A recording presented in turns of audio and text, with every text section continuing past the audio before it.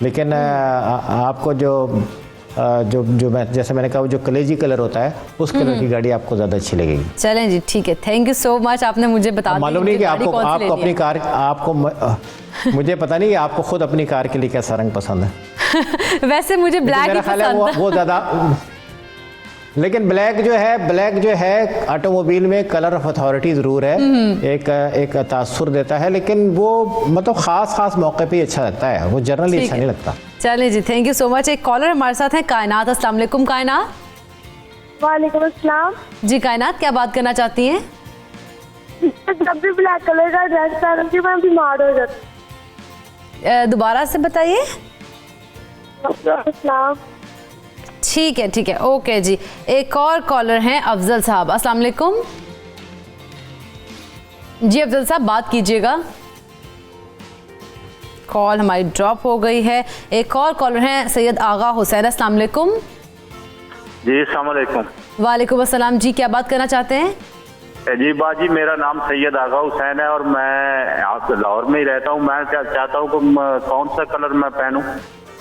ٹھیک ہے جی, کون سا کلر آپ پہنے ابھی بتا دیتے ہیں. عظیمی صاحب بتائیے گا کون سا کلر پہننا چاہیے سید آغا صاحب کی میں اصل میں دیکھ نہیں پا رہا, تو آغا صاحب کی ایج کیا ہے اور آغا صاحب اپنی ایج بتائیے گا. کس مہینے کی پیدائش ہے؟ جی میری 50 اور ڈیٹ آف برتھ.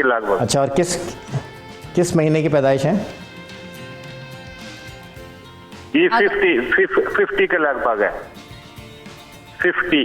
جی مہینہ کون سے مہینے میں پیدا ہوئے ہیں آپ؟ جی میں کہہ رہا ہوں 50 کے لگ بھگ ایج ہے میری. اچھا آپ کی ایج کا پتہ لگ گیا, لیکن آپ کس مہینے میں پیدا ہوئے تھے وہ بتائیے گا. یہ سسٹر پتہ نہیں ہے باجی, یہ پتہ نہیں ہے. اچھا چلیں بتا دیں 50 کی ایج ہے. جی آپ جو ہے نا, آپ کو چاہیے کہ آپ لائٹ گرین کلر کی قمیص پہنا کریں. لائٹ گرین کلر استعمال کریں تو اس سے آپ کو کافی ایک اچھا سودنگ افیکٹ ملے گا. اچھا عظیمی صاحب, ثنا بھی ایک کالر ہمارے ساتھ تھی, انہوں نے کہا میں جب بھی بلیک کلر کے کپڑے پہنتی ہوں تو مجھے کچھ نہ کچھ مسئلہ ہوتا ہے, بیمار ہو جاتی ہیں. ثنا کس ایج گروپ میں ہوں گی؟ ثنا کی آواز سے تو مجھے چھوٹی ہی لگ رہی تھی, لیکن 30 ان کی ایج ہے. ہاں اچھا, ان کو چاہیے کہ یہ ہلکا گلابی کلر جو ہے نا زیادہ استعمال کیا کریں. ٹھیک ہو گیا, ہلکا گلابی کلر استعمال کریں, اور یہ بلیک کو پہننے سے اوائڈ کریں. کبھی کسی فنکشن وغیرہ میں پہن لیا تو ٹھیک ہے, لیکن جنرلی بلیک سے اوائڈ کریں. اچھا ویسے جنرلی اگر عظیمی سے بات کی جائے, کون سے ایسے رنگ ہیں جو کہ انسان کی شخصیت پر جو ہے وہ اثر زیادہ کرتے ہیں اور ان کو نقصان بھی پہنچا دیتے ہیں, مطلب راس نہیں آتے نا؟ ڈیپینڈ کرتا ہے.